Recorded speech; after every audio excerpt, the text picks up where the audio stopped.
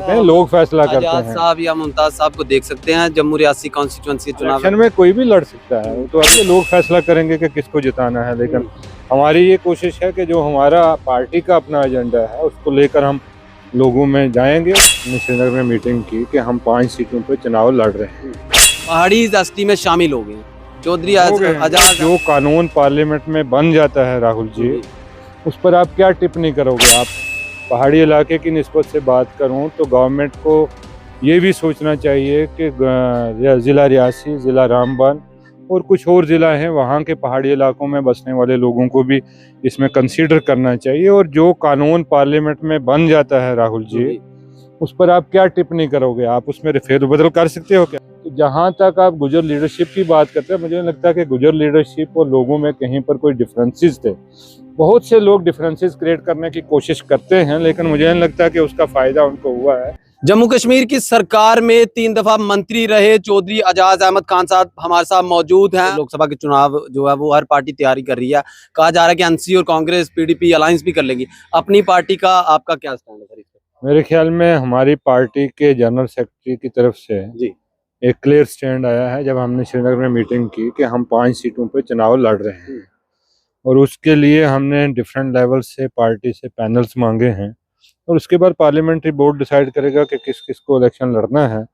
लेकिन अभी तक जो तय है वो ये है कि पार्लियामेंट में हमने पार्टिसिपेट इलेक्शन एक पॉलिटिकल पार्टी होने की निस्बत से हमने पार्टिसिपेट करना है। कोई किसी के साथ अलायंस करेंगे या आप अलग से चुनाव जो है अपनी पार्टी लड़ेंगे? अभी इस पर कोई चिंतन बातचीत जो है वो नहीं हुई है कि हम अलायंस किसी के साथ करेंगे। लेकिन हमारा कोशिश और जो एक नीचे के लोग जो ग्राउंड लेवल से जो हमें फीडबैक आता है, लोग चाहते हैं कि अपनी पार्टी खुद अपने बलबूते पर इलेक्शन लड़े और लोगों की नुमाइंदगी करे। एक तरफ सर बीजेपी कह रही है वो 400 पार जाएंगे, दूसरी तरफ जम्मू कश्मीर में नेशनल कॉन्फ्रेंस और कांग्रेस पीडीपी का अलायंस, किस तरीके से आप देखते हैं?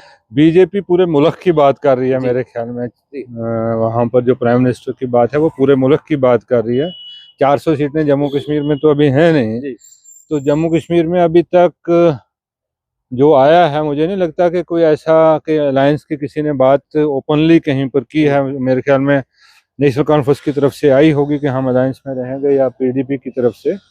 अब किस तरह से अलायंस बनते हैं, किस तरह से लोग कॉन्टेस्ट करते हैं, उसके बाद ही ये चीज़ें तय होंगी कि कौन कौन इलेक्शन में किस तरह से जीता है, और ये लोग फैसला करेंगे कि किसको जिताना है। लेकिन हमारी ये कोशिश है कि जो हमारा पार्टी का अपना एजेंडा है उसको लेकर हम लोगों में जाएंगे। और जितना हमने इस 3 साल और 11 महीने, तकरीबन अब 11.5 महीने हो गए हैं, इसमें जो हमने अचीवमेंट की थी, जो पार्टी के बनाते वक्त जो हमने एजेंडा एक सामने रखा था, उसमें जो हासिल किया है, उससे लगता है कि लोग हमें सपोर्ट करेंगे। जी सर, डीलिमिटेशन होना और कॉन्स्टिट्यूंसी में फेरबदल होना, जैसे हम पहले जो है वो दूसरी कॉन्स्टिट्यूंसी थी, अब जम्मू रियासी कॉन्स्टिट्यूंसी हो गई, ऐसे राजौरी भी अलग हो गया है। तो कैसे देखते हैं आपके, इससे भी क्या कोई इन चुनावों में अब पहली बार हो रहा है डीलिमिटेशन के बाद कोई असर जो है वो देखने को मिले?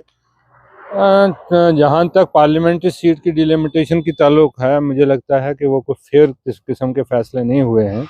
इसी तरह का जोड़ तोड़ का फैसला हुआ है, लेकिन वो जो हदबंदी कमीशन बनाया था उसका फैसला था, जो चैलेंज कहीं पर हो नहीं सकता।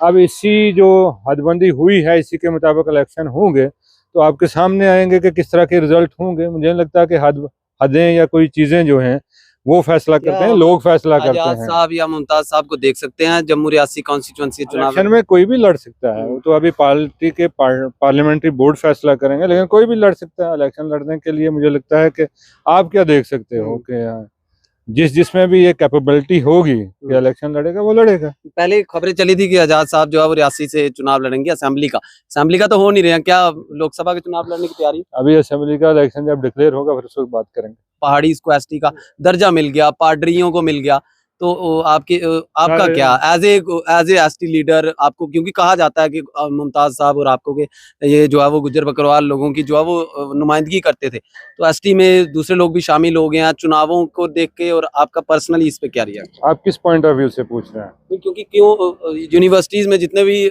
स्टूडेंट्स थे, सबने कहा कि हमारे गुज्जर लीडर जो है वो हमारी बात नहीं रख रहे हैं। और मसला भी हुआ, मेरा सवाल यह है कि आपका पहाड़ी एसटी में शामिल हो गए हैं, चौधरी हो गए हैं। एजाज अहमद खान का क्या रिएक्शन है? मेरा ये रिएक्शन है, अगर मैं रियासी की निस्बत से बात करूं, पहाड़ी इलाके की निस्बत से बात करूं, तो गवर्नमेंट को ये भी सोचना चाहिए कि ज़िला रियासी, ज़िला रामबन और कुछ और ज़िला हैं, वहाँ के पहाड़ी इलाकों में बसने वाले लोगों को भी इसमें कंसीडर करना चाहिए। और जो कानून पार्लियामेंट में बन जाता है राहुल जी, उस पर आप क्या टिप्पणी करोगे? आप उसमें फेरबदल कर सकते हो क्या? आपके में अख्तियार है वो कि फेरबदल कर सकते हो? इसलिए उस पर टिप्पणियां नहीं होती हैं। जहां तक रोष की बात है, तो गुजर कम्युनिटी को हमेशा रोष रहा है कि उनके साथ गलत किस्म का ये एक फैसला किया गया है, जिसके हक में गुजर सड़कों में भी आए, गलियों में भी आए, हर जगह पर आए, हर जगह आए। तो जहां तक आप गुजर लीडरशिप की बात करते हैं, मुझे नहीं लगता कि गुजर लीडरशिप और लोगों में कहीं पर कोई डिफरेंसेस थे। बहुत से लोग डिफरेंसेस क्रिएट करने की कोशिश करते हैं, लेकिन मुझे नहीं लगता कि उसका फ़ायदा उनको हुआ है। कौम और लीडर हमेशा यकजा हैं, एक जगह पर इकट्ठे हैं। और अब जो लोगों के हकूक़ हैं, उनके लिए लड़ना हमारा हमेशा से काम है, और हम आगे भी लड़ते रहेंगे, पहले भी लड़ते रहे। जब ऐसे इशू जब कभी भी आए, हम सड़कों पर भी आए उसके लिए, ज़मीन पर भी बैठे। कोई ऐसी बात नहीं है कि किसी चीज़ से भागने की ज़रूरत है, लेकिन जो हकीकत है हकीकत है। अब कहीं पर बहुत सी चीज़ों पर गलत फैसले हो जाते हैं, और हम उसको हमेशा अपोज करते हैं। जी, बहुत बहुत शुक्रिया। तो अपनी पार्टी के वाइस प्रेसिडेंट और जम्मू कश्मीर सरकार में 3 बार पूर्व मंत्री रहे चौधरी एजाज अहमद खान साहब बातचीत कर रहे थे। बड़ी जो स्टेटमेंट दिया गया वो यही है कि अपनी पार्टी जो है वो लोकसभा के चुनाव जो है वो 5 की 5 सीटों पर लड़ेगी, जो कि आने वाले समय में होने वाले हैं। देखते रहिए न्यूज़ 85 राहुल कपूर के अमन शर्मा के साथ। जय हिंद, धन्यवाद।